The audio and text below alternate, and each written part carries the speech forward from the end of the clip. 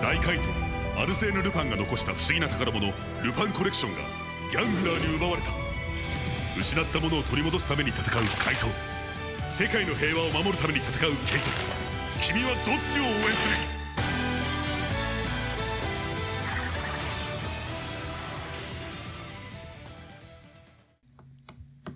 ？Hello, and welcome to LupinRecap vs. PatReview, the podcast that's stirring up a storm.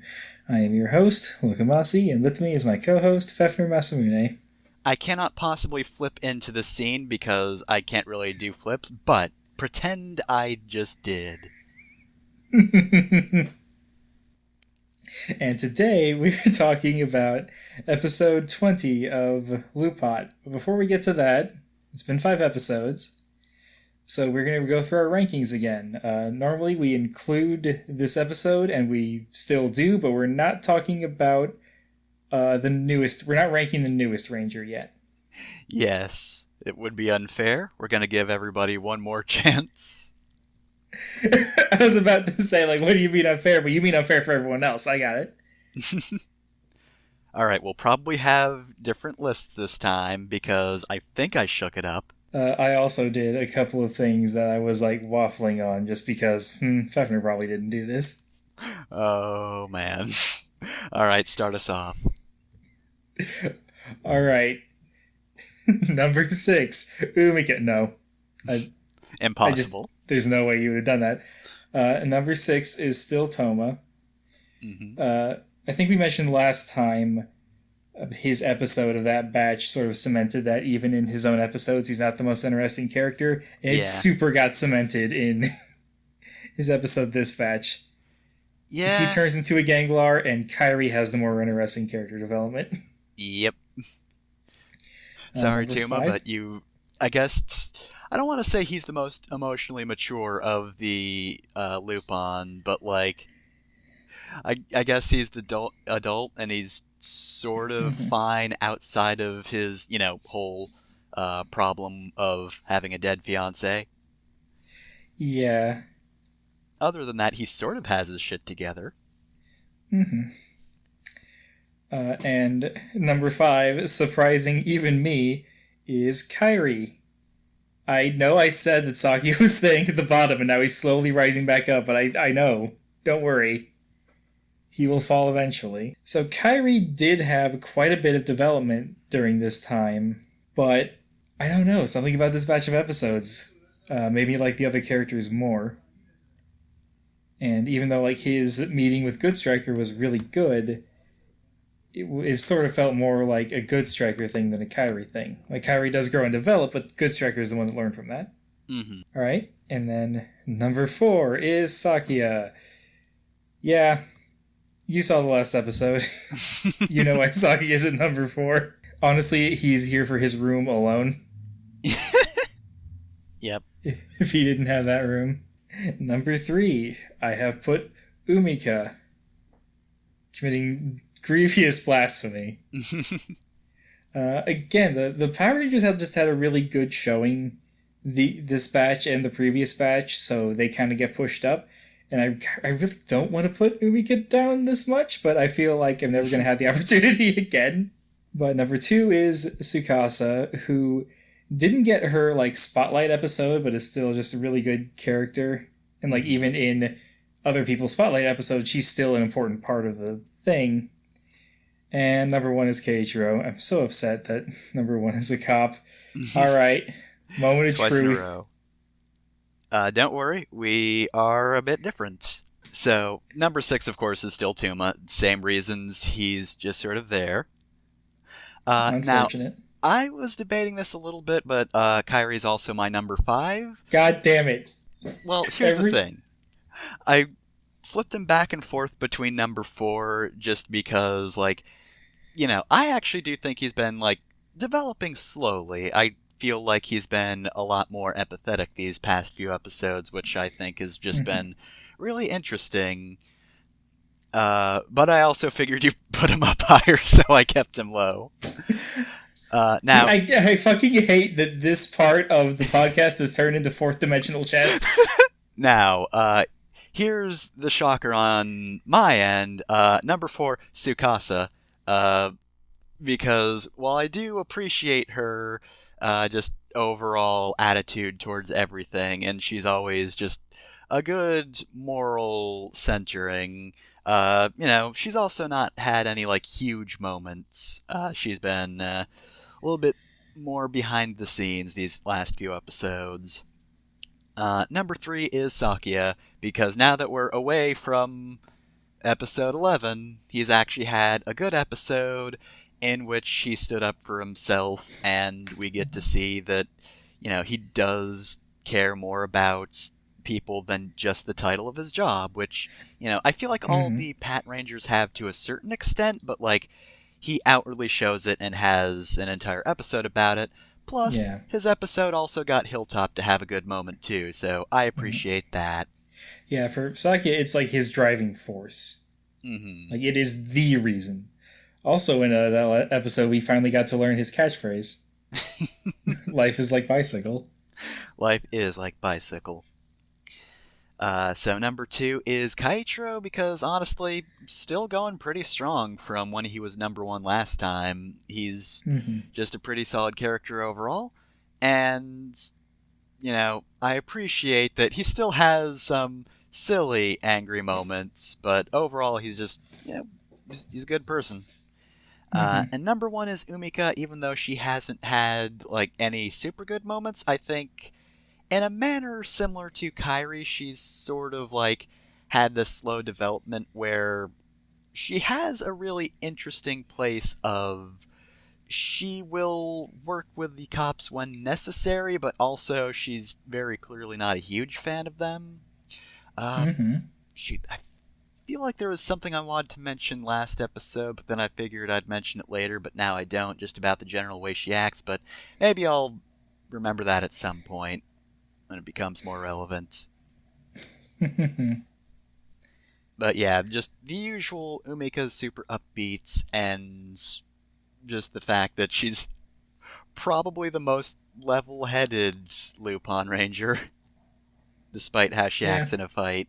She is not as lazy as Kairi, nor does she have the vengeful bloodlust that Tuma can have. I'm glad we're starting to diverge again. It was getting a little ridiculous. And once we add Noel, like, the odds start to get screwy. Like, I can't do it, right now because I've forgotten how to, but, like, the odds of us getting all 7 the same should be bad. Like, it shouldn't happen, let alone happen twice. Though, to be fair, because Kaiichiro has some pretty good moments, I did almost put him at number 1 again. That's the other thing about these rankings.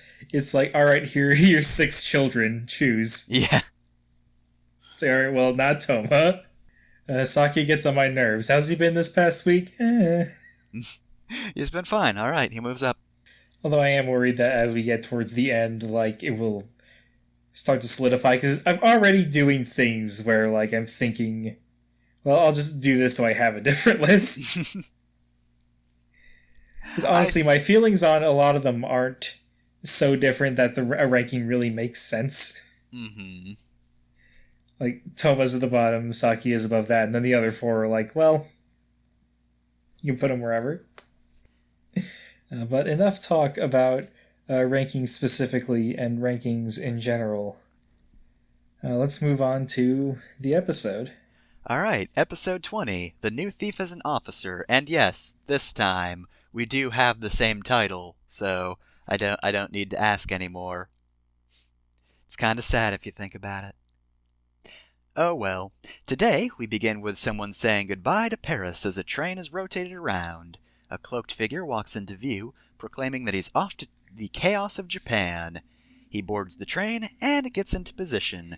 The doors in front of it open, and the mysterious man departs. Roll the intro. I appreciate that he's wearing a cloak, which is traditionally supposed to help you, like, blend in with dark surroundings, but it's, like, shining silver. Oh yeah, it is bright white. You will see that thing in the darkness, which is the point. I also appreciate that they don't really wait for the intro. Just gonna get that out of the way so we can get to the real meat of the episode. Yeah, they didn't want to break up the flow for the rest of the episode. We know what you want, and it's coming up soon. As we return to a scene of a train track on a dark night, and a Ganglar is extorting a man, having kidnapped his daughter. And hey, they're Potamen. We haven't seen those guys in a while. Anyway, the Ganglar gets his money, but of course he has no intention of honoring their deal. But just as the man starts begging them to at least spare his daughter, the train signal turns green. A train then plows through a group of Potamen as we hear X. The train suddenly screeches to a halt and the cloaked man leaps out of it. I hear the train a-coming. He It's then rolling around the bend. He then dismisses the train, and we see he has a versus changer. The cloaked man then throws off his cloak and introduces himself as the solitary sterling phantom thief Lupin X. The Ganglar, Zaldon, has heard of the Phantom Thieves, but he's not impressed. He charges Lupin X with his staff, but rather than flipping out of the way of Son Ganglar's attacks, Lupin X just tanks them. After a number of failed attempts to break X's armor, Son Ganglar announces that his collection piece will boost his life energy and double his attack power. But X doesn't bother waiting around for him to activate his JRPG boost ability, he just attaches a PDA-like object to his safe. Though it looks different from the Phantom Thieves tool, it still inputs Son Ganglar's safe code, 721, and X nonchalantly nabs La Machine d'Endorphin. Son Ganglar is ashamed he lost his treasure before the fight even started, but as he turns around, X notices that he has a different safe on his back. The safe's collection power activates, and Son Ganglar turns into some kind of flying nimbus, escaping the area as a cloud of smoke. X clears his throat and saves the man's daughter, and promises both of them that he'll take care of the Ganglar. Before they leave, the girl takes a selfie with Lupin X, and he obliges. As you do. I do want to point out the choreography in the fight, because the direction for Lupin X's actor was just, alright, now do nothing and look as cool as possible, and goddamn, does he deliver. He did it. So, alright, just stand there and get hit while trying to look cool. Most people would fail. He did not. The next day, we find Kairi doing his usual thing, which is to say he's been to the grocery store, but he's not at work. During his walk, he overhears Kaichiro, who's angered over the appearance of a new phantom thief. It's been a while since he's been, this kind of mad. Just sitting at the park bench, reading a newspaper, and yelling about the Lupin Rangers mad.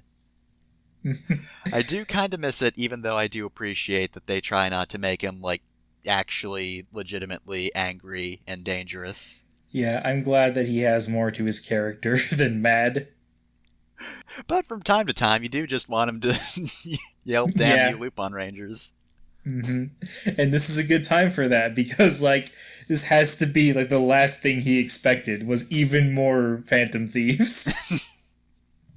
Oh god, there's more of them. Oh, now there's an X. Oh, god damn it. That's not even a color.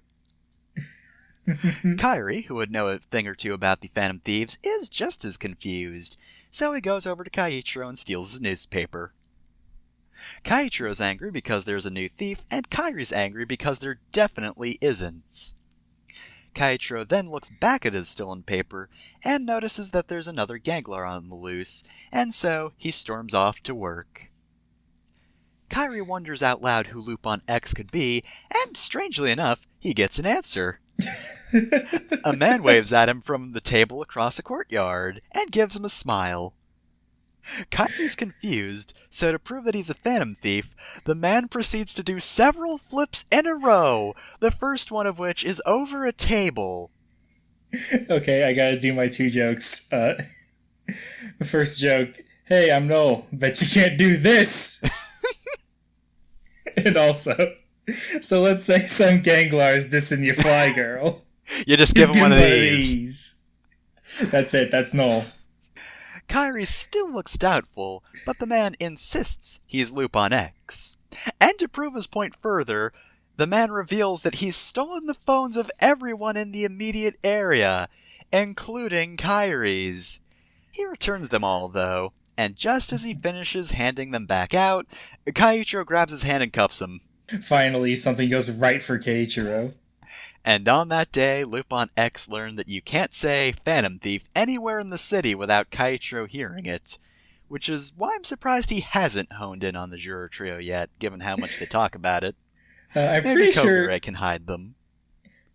I'm pretty sure Keiichiro shows up on the same general area of the set that he walked off in, but I kind of wish he'd shown up from the opposite direction, just to lend credence to our teleportation theory.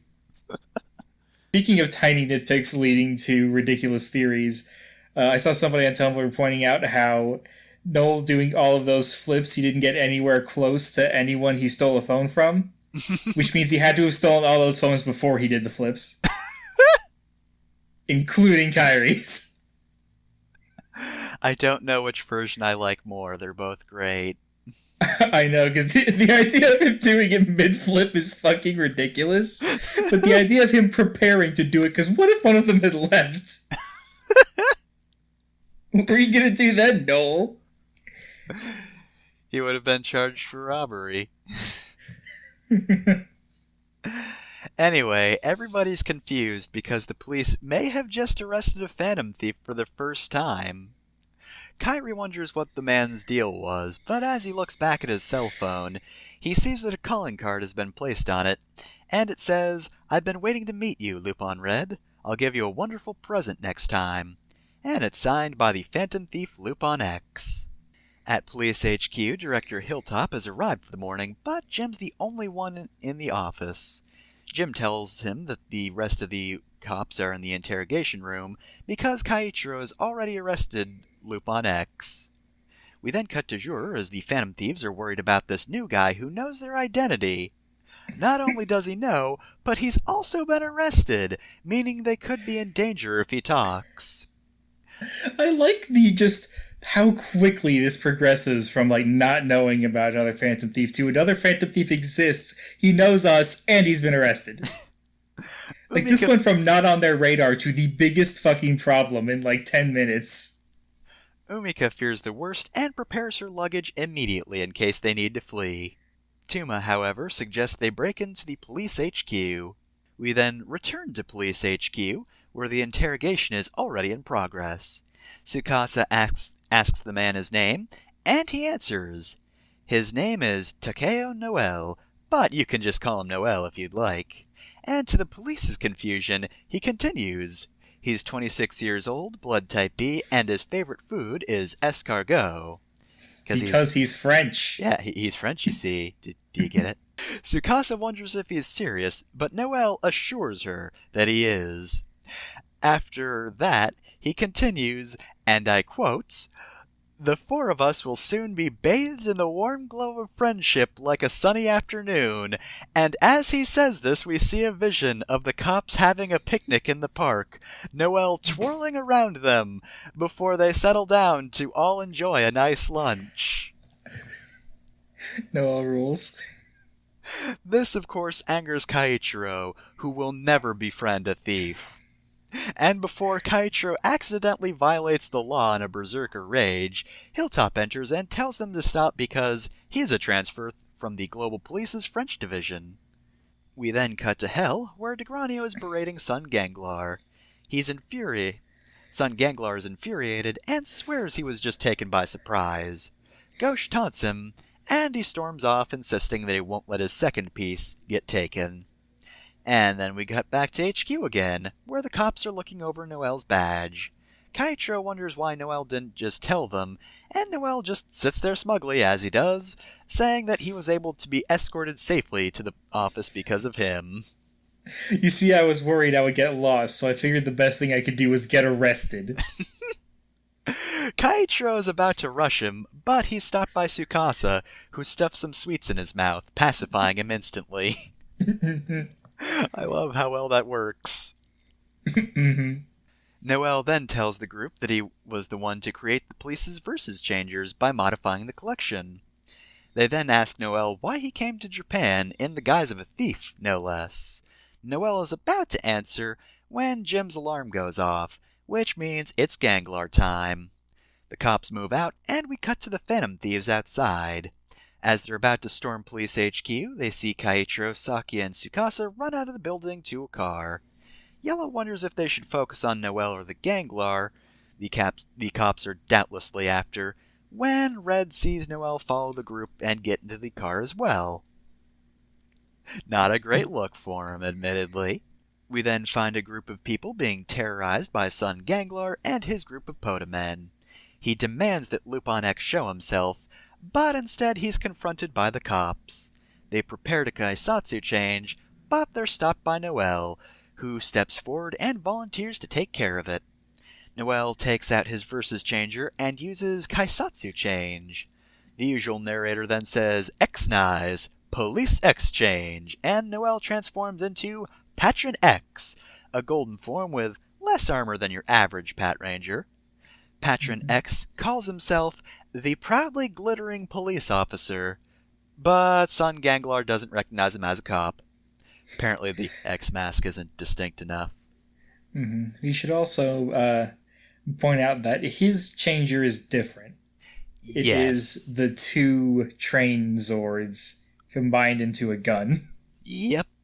And he spins the barrel around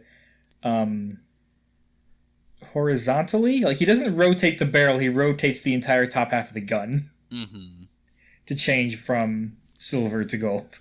And, of course, it's also important to note that, there's a pretty big difference in his forms, depending on which team he's on, but we'll get to that in a sec, as Sun Ganglar attempts to use his magic stick to shoot Patron X with lightning, but X just flip dodges everything. And while I can't cover literally everything Noelle says in general because we'd be here forever, he does ask the Ganglars if they believe in saving the best for last, such as the strawberry on a slice of gâteau, and as he says that, we see a hazy picture of a cake, and another picture of him eating a cake. Noelle's pretty great, you guys. I love Noelle so much. I am fine with this being a possible run-on joke of him just having the most out-there descriptions and then just seeing an image as an example of the description. Patron X then proceeds to beat the living daylights out of some Podamen and some Ganglar while he's at it. Yellow exclaims that he's not a thief, he's a cop. Everyone finds it strange because the current X doesn't match the eyewitness descriptions at all. Tsukasa figures it makes sense that he's a cop since he did make the Versus Changer. And as always though, Kaiichiro really doesn't care, but he's not going to stand around. The cops Kaisatsu change and charge in. Up above, the Phantom Thieves decide it's time to transform as well, and confront Sun Ganglar. Though they manage to trip him up quickly, they go after the wrong safe. Patron X then tells them about the safe on Sun Ganglar's back, but he wriggles out of their grasp before they can access the other one. Red gets mad at X and tells him that he's not going to trust a cop. But X reminds him that he's a thief too and switches his Versus Changer. Hikaito X changes and takes the form that Sun Ganglar is more familiar with. X's lyrical theme kicks in as Sun Ganglar activates his safe power, taking off on the flying Nimbus. From up above, he shoots bolts of lightning, which the thieves dodge out of the way of. The cops, however, do not, and are taken out.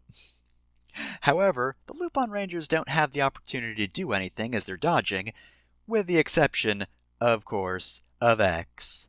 X shields himself from the bolts and opens fire on Sun Ganglar, who ends up flying in close enough for even the heavy Lupin X to kick him off his cloud. X beats Sun Ganglar into a pillar and enters his other safe combination, 5, 9, 1. X then takes out his sword and flips a lever on it. A more bladish looking piece extends from his plastic sword, and another pull of the lever activates X's own special attack. Without the help of Good Striker, X uses the Seizing X Strike, and Sun Ganglar is blown into X-shaped smithereens. I love how literally everything about him has two forms. Yep. The suit, the gun, the sword. He's got a gimmick, and he's going to stick to it. So the Pat Rangers stand up and realize that X has a thief form as well, so that he can retrieve collection pieces. The Lupin Rangers, on the other hand, still don't trust him. We also see that Degranio and his gang have been watching the fight play out from hell. Destra compliments Lupin X, and Degranio is interested in this new player. He orders Gauche to do her thing, and she does. Sun Ganglar transforms into a much greater ape, and Gauche leaves, but not before X notices her and refers to her as Status Gold. But there's no time for that, because Great Ape is mad and he wants his collection piece back.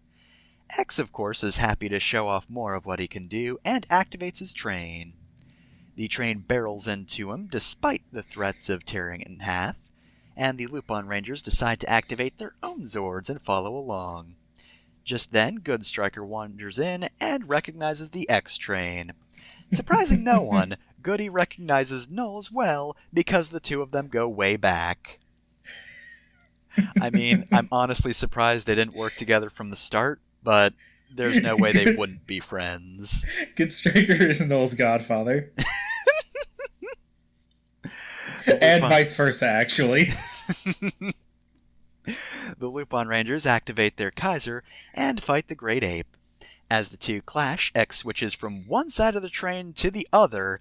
Because it's a two-sided train, one half gold and the other silver.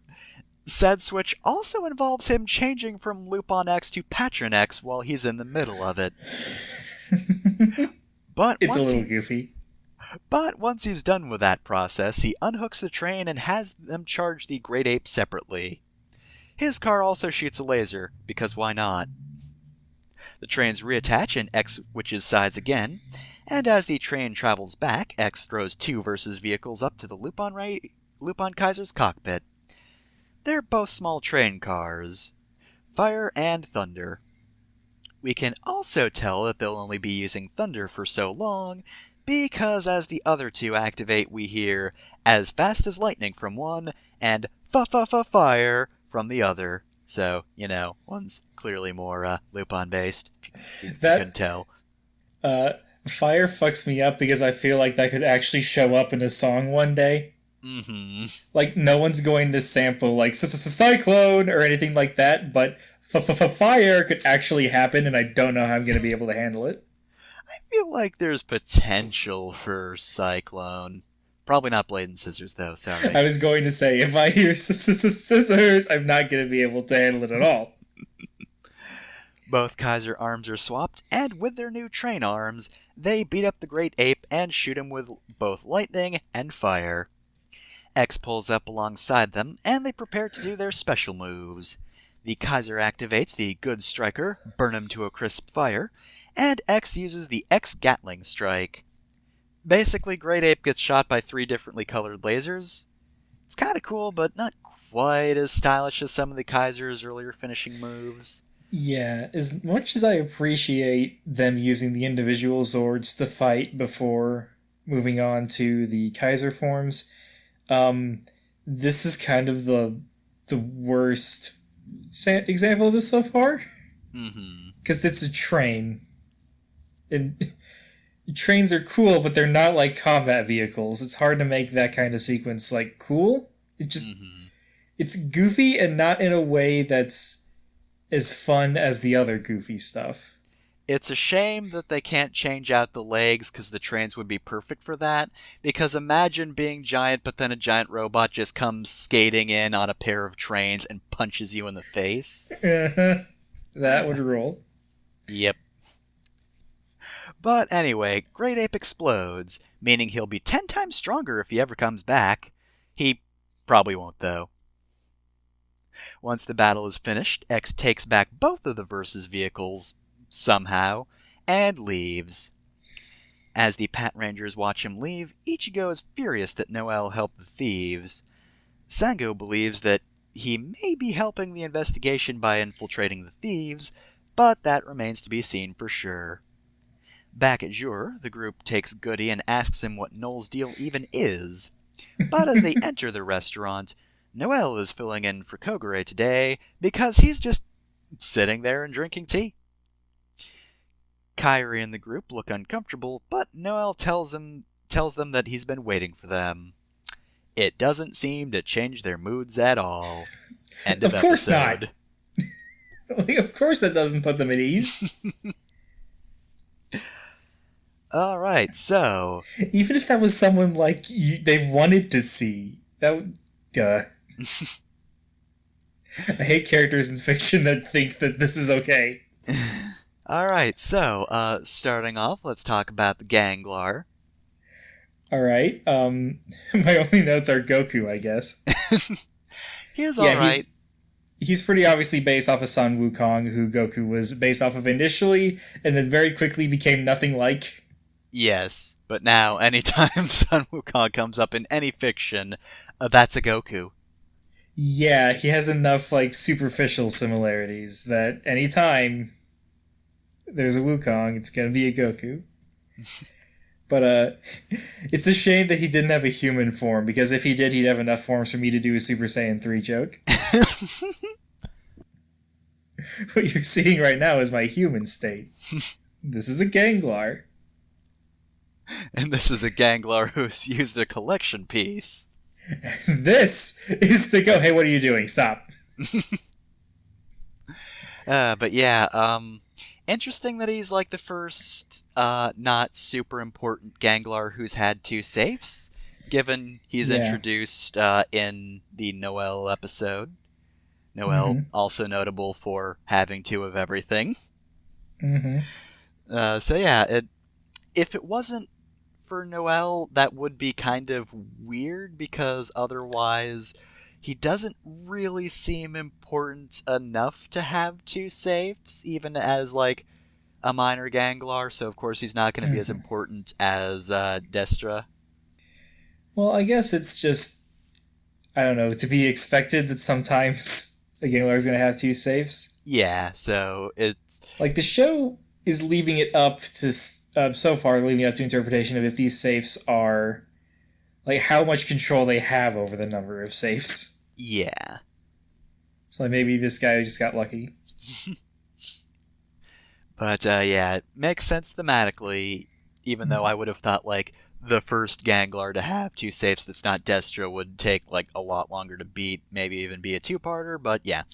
He got immediately one of his safes taken out. Yeah, he got wrecked immediately. He's, oh shoot, what's the wrestling term? Jobbed. Yes, jobbed. Buried. Had to get jobbed to the other new guy. Had to do the job. They were both new, but, you know, Noel. Can't beat that. Speaking of Noel, I think it's time to talk about him instead. Yep. The sentence that I just filled my notes with, just plastered everywhere, is in all caps, he's here! He's here. The chaos bisexual has arrived. Noel's here. I didn't... Yeah. Hopefully I'll be able to just fill this episode with clips of Noel and not get copyright strike, because I need, like, more gaydars pointed at this boy. He's like... the fact that I immediately assumed he was bi from the second he showed up has made me think that maybe I'm just doing some wishful thinking. I need some second opinions. But he does not sit completely properly in a chair once this whole episode, and he sits in multiple chairs. So many chairs. When he's not flipping, he's sitting in a chair wrong. But, and of course, the ranger with 2 forms is bisexual.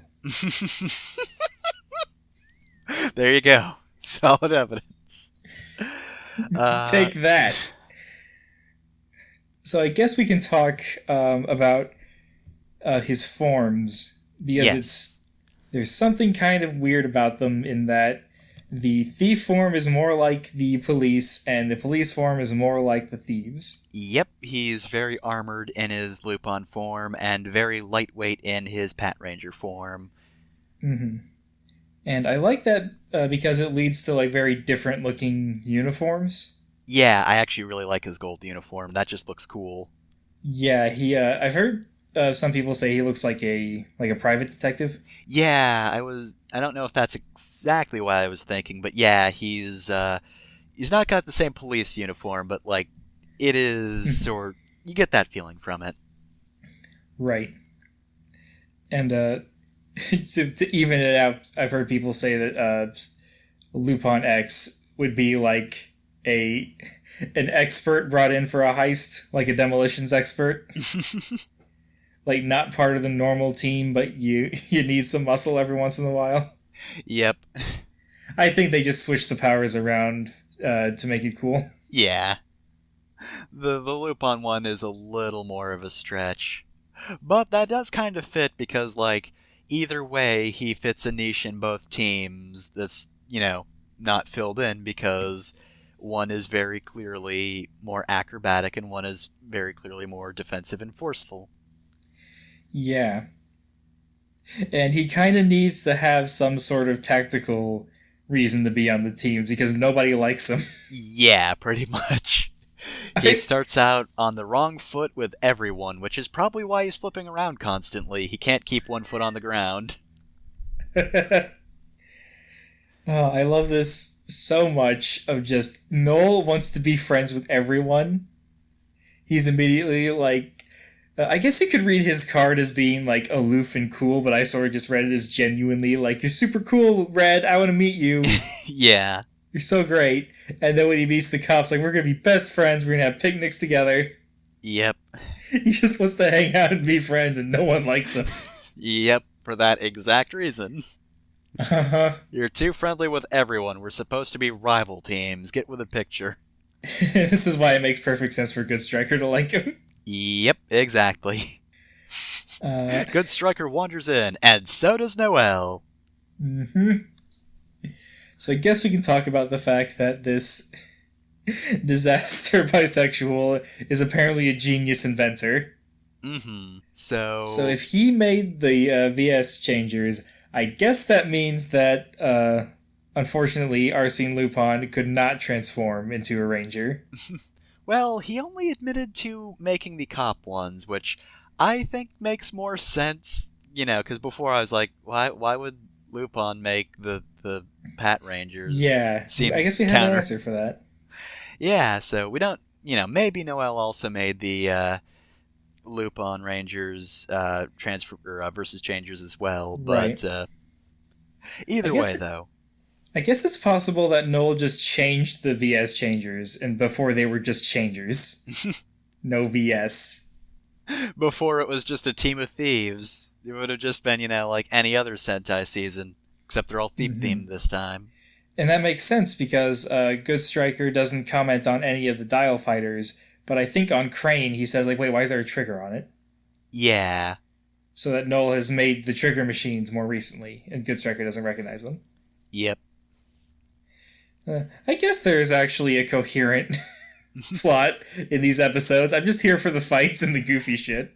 Yeah, like, those are there every episode, whereas the plot's sort of a little bit drip-fed at times, but I've been enjoying it. Mm-hmm. It's kind of neat, actually, though. I can lose track of it sometimes. Yeah.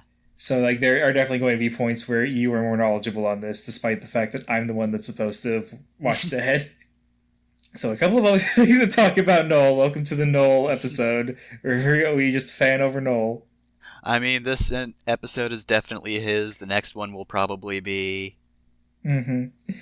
So, this sort of Sixth Ranger character kind of presents an interesting problem in that I don't remember if it's the first Sixth Ranger, like, ever, but the first one that people really care about is the Green Ranger in Z-Ranger / Power Rangers. And he just was cool. Mm-hmm. Like, his color wasn't particularly flashy. His armor was, because it had gold highlights on it. But he was just cool by virtue of being played very cool. And that's kind of hard to do consistently. Yeah.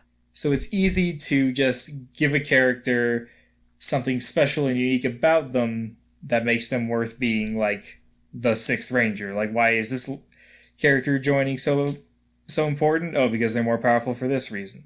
And Noel kind of does that. Oh yeah, he dominates this episode. Right, but both because he has the alternate powers, but also just because he knows how to use them well. Yep. Like, he's still super fun to watch. There's the belief that trying to be cool prevents you from being cool, and I don't think that's true given how Noel acts. Because he's clearly trying to be cool and he's still actually cool. It's this weird loop because he's trying to be cool, but actually he's a huge dork, but also, like, he succeeds as well. He's like Sonic. Yeah, because, like, he's trying to be cool, but then he just ends up, like, talking about cake partway through his fight. But then he just continues doing flips and just beating up everybody. I think the only reason this character flips around so much is because Seiya Matoki can do those flips in real life and wants everyone to know.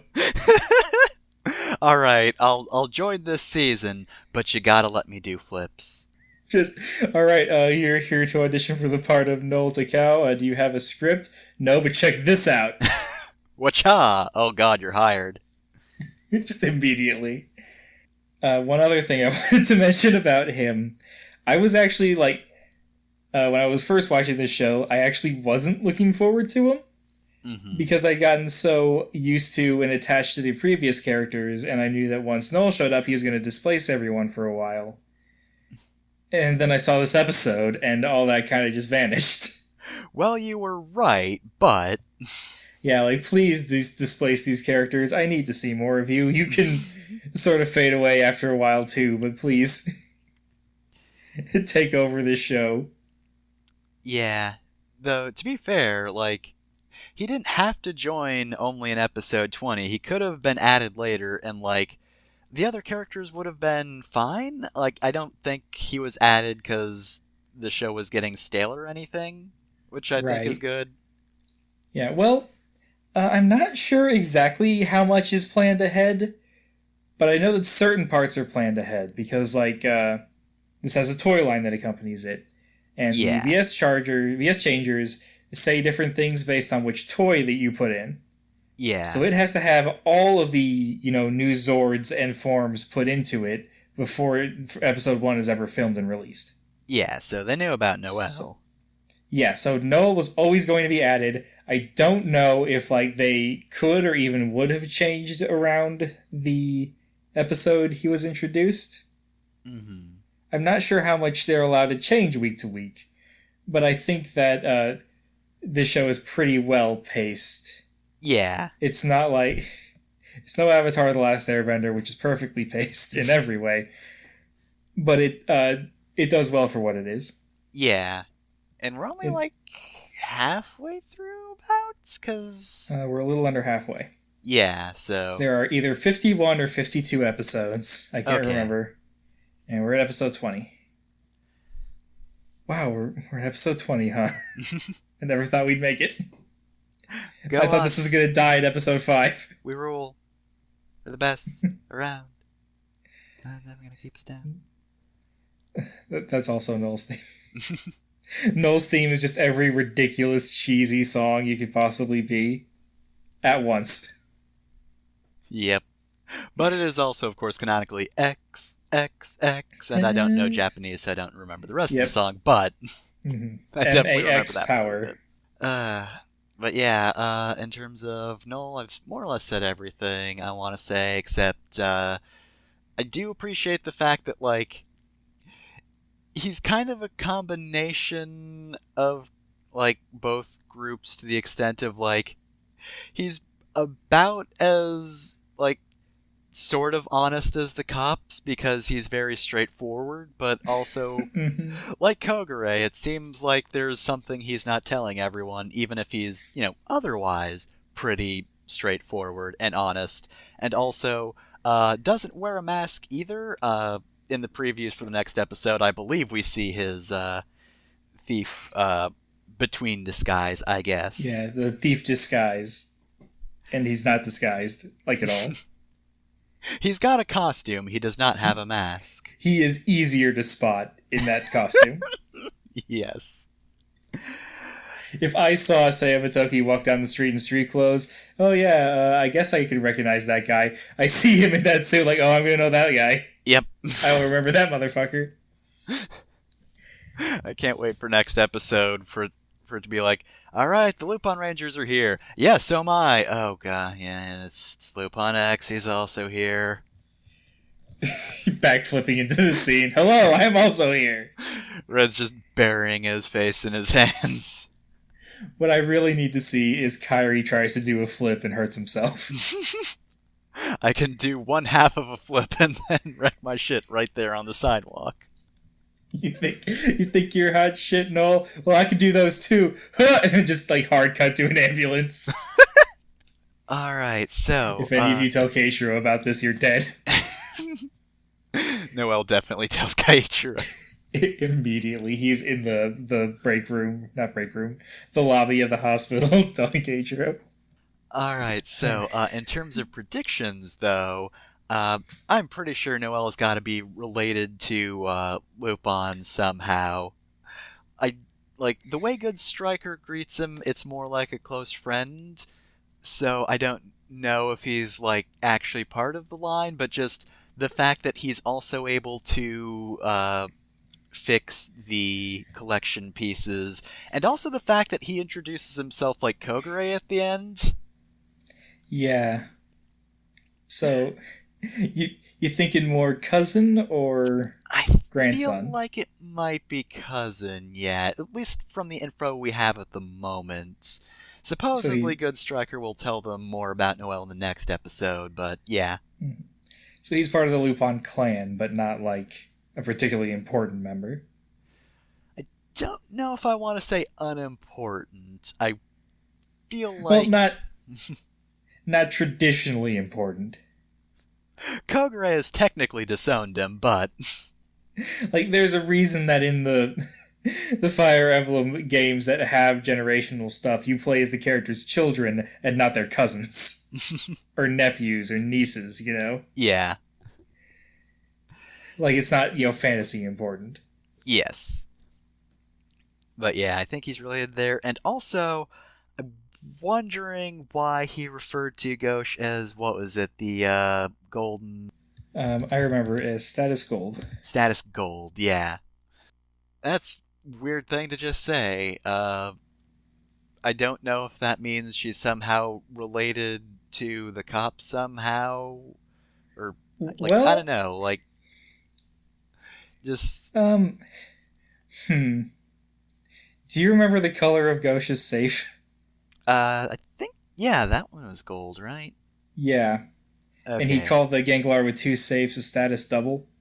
Okay, so he's referring to them by saves. I don't remember him talking about Destra, though. Right. Well, he hasn't seen Destra. But he referred to Ganglar Wukong as status double. Oh, okay. Yeah, that one. We've already forgotten about him.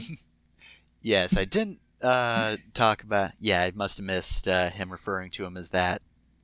Okay, yeah, that makes sense. But actually, I don't know. They may have not translated it yet for overtime. I know in TV Nihon he does, but in overtime they may have not.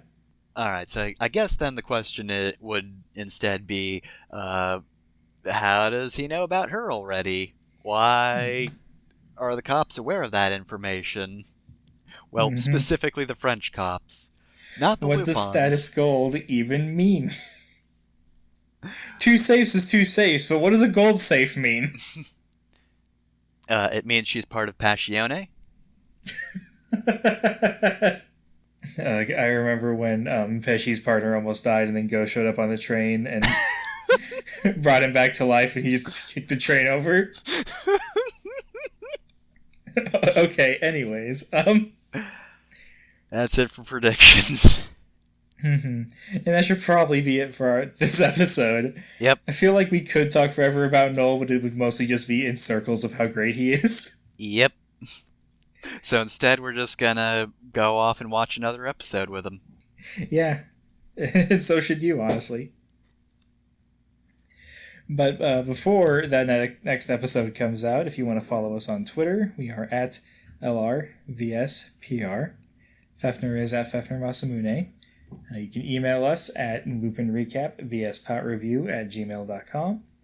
And we will see you in the next episode. Adieu.